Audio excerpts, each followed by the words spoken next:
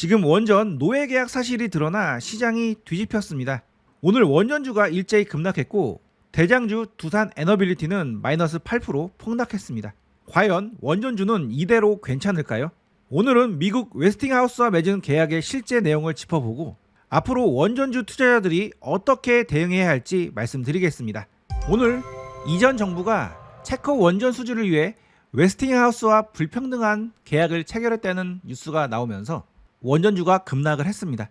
이에 정용훈 카이스트 교수는 원전 한 기를 짓는데 10조 원의 매출이 발생되는데 그중 9천억 원을 외국 업체에게 주는 것은 아쉬운 부분이다 라고 이야기를 했고, 업계 전문가들은 핵심 설비 경쟁력 확보 측면에서 한국에 매우 불리하다고 이야기를 하고 있는데요.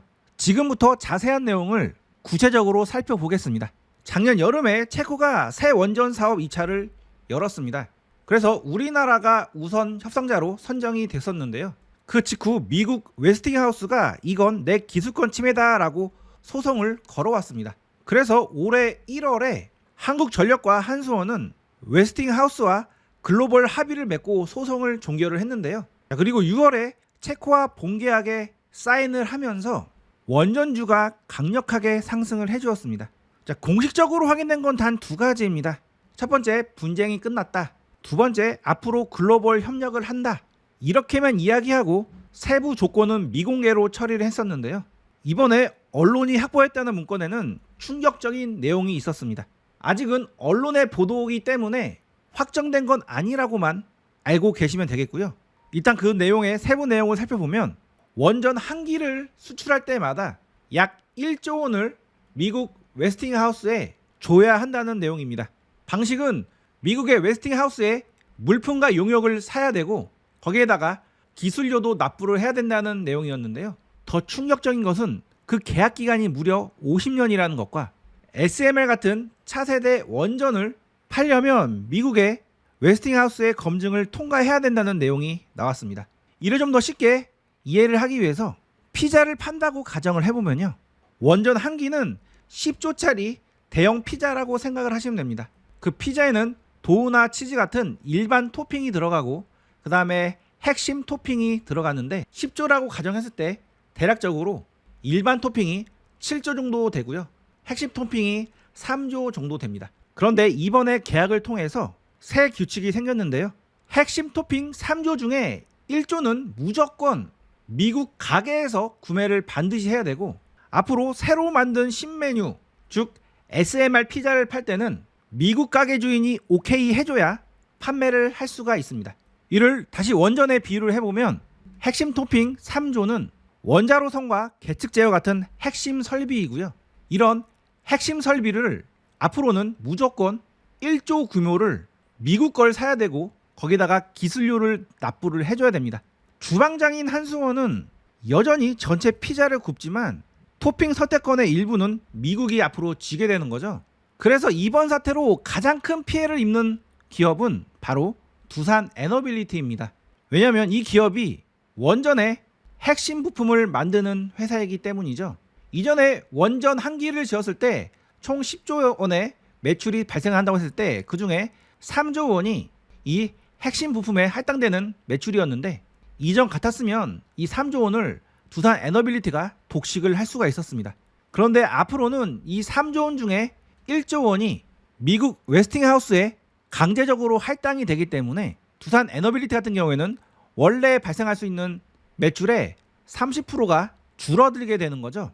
그래서 오늘 두산 에너빌리티가 강력하게 하락을 하고 있는데 문제는 지금이 그 하락의 시작점이 될 수가 있다는 점입니다. 제가 자세한 내용은 이따가 차트를 보면서 설명을 해드릴 건데요.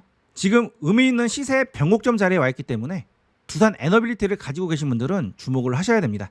그 외에 영향을 받는 기업들은 당연히 국내 INC 체인인 우리기술이라든지 우진 같은 전통적인 원전주들로 볼 수 있겠고요. 한수원도 앞으로는 입찰을 할 때 가격 경쟁력이 떨어지고 SMR을 마음대로 수출하지 못한다는 점에서 전략적 리스크가 발생이 되었습니다. 자, 아직 공식 문서는 비공개이기 때문에 확실한 공식 문서가 공개되기 전까지는 지금 말씀드린 부분이 100% 사실이 아닐 수도 있다는 점 한번 참고를 해 주시고요. 바로 오늘 대통령실에서 체코 원전 불평등 계약 의혹을 진상조사하라고 지시를 했기 때문에 조만간 정확한 팩트가 공개가 될 겁니다. 자, 지금부터 본격적인 차트 설명을 해드릴 건데요. 지금까지 정보 유익하셨다면 좋아요 버튼 꾹 한번 눌러주시고요. 제가 드리는 급등 정보를 매일 가장 빠르게 받아보실 분들은 지금 바로 구독과 알림 설정도 꼭 해두시기 바랍니다. 자, 첫 번째 설명드릴 종목은 두산 에너빌리티입니다. 자, 원래 제 채널은 상승이 임박한 종목들만 주로 소개를 해드리죠. 그런데 오늘은 하락이 임박한 종목, 즉 리스크 관리를 해야 되는 종목을 말씀드리려고 합니다. 자, 이 종목의 월봉인데요. 그동안 오랜 수렴 이후에 강력한 상승 흐름이 나왔고 과거에 이렇게 의미 있는 가격대까지 올라왔다가 이 구간에서 오랜 기간 횡보를 하면서 머물러 있었습니다. 자, 일봉으로 본다면 강력한 상승 흐름 이후에 추가적으로 밑으로 내려가지 않고 이 위에서 오랜 기간 횡보를 하면서 이러한 의미 있는 가격대를 돌파 시도를 했었는데요. 이 자리에서 이러한 의미 있는 고점을 돌파하는 척 했다가 결국엔 밀렸고 오늘 악재가 나오면서 현재 의미 있는 저점인 이러한 파동의 목선, 즉 깨지면 절대로 안 되고 투매 물량이 나올 수가 있는 그런 가격대를 테스트를 하기 위해서 내려왔습니다. 만약에 현재 구간이 힘없이 깨지고 나면 살짝 반등 이후에 추가적으로 하락을 할 가능성이 있습니다. 자, 실제 트레이딩에서 가장 중요한 게 강력한 상승 흐름이 나온 이후에 횡보를 하고 나서 위로 올라갈 것인가 아니면 이렇게 하락을 할 것인가 결정을 짓는 절대적인 요소가 바로 이러한 목선을 유지를 해주는 거였는데요. 상승하는 종목은 절대로 이러한 목선을 이탈을 하지 않습니다. 이탈을 한다 하더라도 잠깐 이탈했다가 바로 올라와서 이렇게 상승해 주는 경우가 대부분이고요. 대부분의 종목들은 이러한 처음에 만들어진 최저점을 이탈을 시키지 않습니다. 간단한 예를 들어보면은 과거에 상승했던 동방이라는 종목을 보면요. 이렇게 상승 이후에 하락을 하고 나서 옆으로 횡보를 했죠. 그때 최초에 만들어진 이러한 목선을 그 이후에 한 번도 훼손하지 않고 올라가 주면서 결국은 이렇게 상승을 해줬습니다. 자, 반대의 경우를 한번 살펴보겠습니다. 처음에 이렇게 강력한 상승을 하다가 처음 목선이 지켜지고 나서 계속 그 구간을 지지를 하다가도 결국 그 목선이 깨지고 나면은 이렇게 하락을 하게 되어 있습니다. 따라서 지금은 이러한 목선을 깰 가능성이 있는 자리고요. 만약에 깨지게 된다면 반등 이후에 추세 하락으로 진행이 될 가능성이 있기 때문에 이렇게 고점에서 매수를 하신 분들이나 밑에서 매수해서 수익 중이신 분들은 이러한 목선이 잘 지켜지는지 체크를 해주시고요. 만약에 깨고 내려간 이후에 빠르게 복귀를 하지 않으면 일단은 리스크 관리를 해주시는 것이 좋습니다. 자, 두산 에너빌리티는 이 하나의 상승이 하나의 큰 장대 양봉이라고 봤을 때 봉의 중심 구간이 약 47,000원대입니다. 따라서 47,000원 부분까지도 일단 조정이 나올 가능성이 있는 만큼 이 구간 깨지는지 잘 살펴보시고요. 만약에 깨진다면 이런 어중간한 곳에서 물타기 하지 마시고 최소 50% 구간이나 이런 618 구간에서 매수를 하셔야 평단을 확 낮출 수가 있으니까요. 이런 어중간한 애매한 구간에서는 물타기를 하지 않는 것이 좋습니다. 그리고 신규 매수자 같은 경우에는 이 종목 가만히 지켜보고 계시다가 이런 장대봉의 중심이나 그 밑에 구간까지 내려온다면 이런 저점 라인에서 공략을 하는 게 좋고요.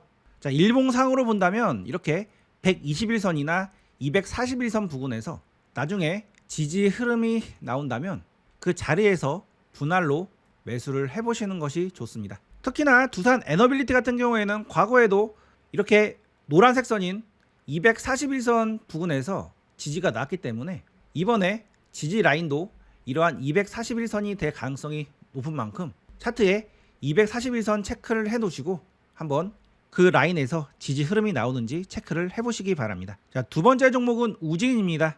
자, 이 종목은 제가 이러한 자리에서 소개를 해드려서 수익을 내드렸던 종목인데 그 이후에 하락을 하고 나서 수급이 들어왔다가 다시 밀리는 흐름으로 진행이 되고 있습니다. 제가 이 종목을 지금 소개해드린 이유는 이 종목 같은 경우에는 밑으로 내려올 경우에 좋은 매수 자리가 나올 가능성이 있기 때문에 소개를 해드리는 건데, 자, 이 종목 같은 경우에는 하락 이후에 오랜 기간 행보를 거쳐서 최근에 상승을 했고 지금 조정 중이죠. 그 과정 중에 회색 선인 121선과 노란색 선인 241선이 하락각에서 이제는 상승각으로 전환이 되려고 하고 있는 상황입니다. 따라서 이번 원전주 하락으로 이 종목 이 가격대 밑에까지 내려온다면 정말 좋은 매수 기회가 되니까요. 우지는 계속 잘 보고 계시다가 이 구간에 내려오면 한번 매수를 고려를 해보시기 바랍니다. 과거 흐름을 비교를 해드리면 바로 이런 자리로 볼 수 있겠는데요. 확대를 해서 보여드리면 하락 이후에 횡보를 거쳐서 이렇게 회색선인 121선과 노란색인 241선이 하락각에서 상승각으로 전환이 되었죠. 그 전환이 되려는 찰나에 이런 저점 구간에서 매수를 하신다면 그 이후 기다린 것은 이렇게 강력한 상승입니다. 자, 이 종목 앞으로 나올 구간이 과거에 이러한 저점 구간과 비슷한 자리니까요. 차분히 보고 계셨다가 이런 저점 구간에서 꼭 공략을 해보시기 바랍니다. 자, 이 종목 이러한 저점 구간 계속 보고 계셔야 매수를 할 수가 있습니다. 자, 급등 전 하루나 이틀 전에 정확한 매수 타점에서 매수를 해보고 싶으신 분들은 제가 운영하는 타점방에 지금 바로 신청을 해보시기 바랍니다. 자, 타점방은 고정 댓글 링크를 통해서 신청이 가능합니다. 자, 세 번째 종목은 우리기술입니다. 자, 이 종목은 제가 최근에 이 자리에서 소개를 해드려서 강력한 상승 흐름이 나왔었죠. 그리고 나서 하락 흐름이 나왔는데요. 현재 자리는 과거에 이렇게 저항으로 작용되었던 구간을 돌파 후 지지할 수 있는 그런 자리이기도 합니다. 그래서 저는 이 자리가 지지되는지 여부를 계속 체크를 하고 있었는데요. 현재 하락 이후에 약한 반등이 나오고 나서 다시 하락을 하려고 계속 매도세가 출회가 되고 있는 상황입니다. 하지만 이 종목은 월봉상 장기 상승 추세가 진행이 되고 있는 종목이기 때문에 저점으로 내려온다면 이러한 저점은 좋은 매수 기회가 됩니다. 자, 이 종목이 이 구간에서 이렇게 지지 흐름이 나오고 돌려 세울지 아니면 하락 N자로 이렇게 내려올지는 좀 더 지켜봐야 되겠는데, 만약에 이런 의미 있는 가격대가 깨지고 나서 하락 N자로 내려온다면 이런 저점 구간은 정말 좋은 매수 구간이 되고요. 이 종목 이렇게 하락한 척 했다가 다시금 돌려 세우면서 이러한 장대봉의 중심 라인을 지지를 해준다면 다시금 강력한 상승 흐름이 나올 수도 있는 종목입니다. 자, 이 종목 같은 경우에는 피보나치 50%나 618 구간 지지되는지 여부 한번 계속 체크를 해보시고요. 만약 이 구간이 지지가 되고 돌리는 흐름이 나오면 강력한 상승 흐름이 나올 수 있으니까 지지 흐름이 나오면 매수를 해볼 수 있겠고, 만약에 그런 구간이 힘없이 깨져버리면 투매가 발생될 때 이런 저점에서 공략을 하시면 바로 기술적 반등 흐름이 나올 수가 있는 자리니까요. 이 두 가지 시나리오 모두 고려를 해서 한번 대응을 해보시기 바랍니다. 자, 이것도 저것도 모르겠다, 너무 복잡하다 생각하시는 분들은 주저하지 마시고 제가 운영하는 타점방에 입장을 해보시기 바랍니다. 자, 그 다음 설명드릴 종목은 G2 파워입니다. 자, 이 종목은 최근에 제가 이 자리에서 한번 소개를 해드렸는데 반등이 짧게 나오고 다시 하락으로 전환이 되었습니다. 이럴 경우에는 바로 정리를 하고 나오셔야 되죠. 자, 이 종목은 이렇게 역배열로 전환이 되었기 때문에 지금 섣불리 들어가시면 안 되고요. 앞으로 다시 상승 추세로 전환이 될 때를 기다리셨다가 그때 진입을 하셔야 됩니다. 자, 앞으로 이 종목은 어떤 흐름으로 진행이 될 거냐면 이렇게 녹색선인 62선이 밑으로 내려올 거고요. 주가도 이렇게 계속 내려가게 될 겁니다. 그래서 어느 시점에 주가가 하락을 하는 걸 멈추면서 지지를 해주는 흐름이 나올 텐데요. 그러면 나중에 이렇게 녹색선인 61선과 만나는 흐름이 나오겠죠. 그때 이렇게 62선을 강력하게 돌파하는 흐름이 나왔을 때 그 이후 눌림 조정 구간에서 진입을 하시는 것이 좋습니다. 그래서 과거의 흐름을 본다면 바로 지금이 이런 자리로 볼 수 있겠고요. 그 이후에 이렇게 녹색선인 62선이 내려가게 되어 있고 주가도 하락을 하다가 이렇게 바닥을 다지죠. 그 이후 60선을 돌파하는 흐름이 나왔고 눌림이 나왔을 때 이런 자리가 정말 좋은 자리가 되니까요. 이 종목은 지금 섣불리 매수를 하지 마시고 차분히 기다리셨다가 나중에 61선과 이격을 좁히고 돌파하는 흐름이 나왔을 때 그때 진입을 해보시기 바랍니다. 자, 마지막 종목은 한정기술입니다. 자, 이 종목 최근 제가 이 자리에서 소개를 해드렸는데 짧은 상승 흐름이 나왔고 이번에 원전 악재가 터지면서 다시 하락 흐름으로 진행이 되었는데요. 자, 월봉상 장대 양봉이 나왔고 5월선을 지지를 해주는 그런 흐름이 나오고 있었습니다.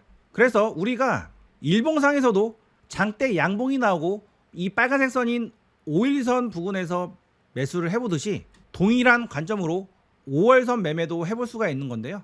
현재 이러한 5월선 가격대가 82,800원 부근이고 82,800원을 일봉상으로 표시를 해보면 이러한 가격대로 볼 수가 있습니다. 그 가격대에서 이렇게 지지 흐름이 나왔는데요. 앞으로 그 가격대가 지지되는지 여부를 체크를 하셔야 되고요. 만약에 깨지면 제가 처음에 소개해드린 장대 양봉의 목선이 깨지는 것이기 때문에 강력한 하락 흐름이 나올 가능성이 있습니다. 하지만 이 종목은 큰 흐름상 상승 흐름으로 진행될 가능성이 높은 종목이기 때문에 주가가 이렇게 떨어진다면 이런 저점에서는 저점 공략을 해볼 수 있는 종목으로 볼 수 있겠는데요. 이 종목도 마찬가지로 주가가 이렇게 하락을 하게 된다면 장기 이평선인 주황색선 241선이나 회색선 120선 부근에서 매수를 해볼 수 있는 종목으로 볼 수 있겠고, 이런 하락 N자로 하락을 할 때 이런 하락 N자의 끝자락은 강력한 반등이 나올 수 있는 자리니까요. 계속 흐름 지켜보고 계셨다가 이런 저점 흐름이 나온다면 이 저점에서 반드시 공략을 해보시기 바랍니다. 절대 맥점이 아닌 애매한 곳에서 물타기를 하거나 신규 매수하지 마시고, 매수는 항상 의미 있는 가격대에서만 매수를 하시는 것이 좋습니다. 만약 그러한 노하우가 없다면 제가 운영하는 타점방에서 정확한 타점을 받아 보시고요. 제가 운영하는 타점방은 소수 정예로 운영되는, 제가 개인 과외하듯이 시장 상황과 종목 상황을 설명을 해드리는 공간입니다. 자, 이곳에 들어오시면 제가 이렇게 정확한 매수 타점도 보내드리고요. 차트로도 이렇게 정확한 매수 타점을 말씀드리고 있습니다. 그리고 매도 타점도 이렇게 말씀드리면서 실시간으로 종목들 흐름들 체크를 해드리고 있습니다. 자, 오늘 같은 어려운 장에서도 1승이라는 종목 이 자리와 이 자리에서 매수를 해서 오늘 매도를 하고 나왔습니다. 거짓없는 실전 트레이딩이 진행되는 곳이니까요. 정확한 타점에서 매매를 해보고 싶으신 분들은 지금 바로 타점방 입장을 해보시기 바랍니다. 끝까지 시청해주셔서 감사합니다.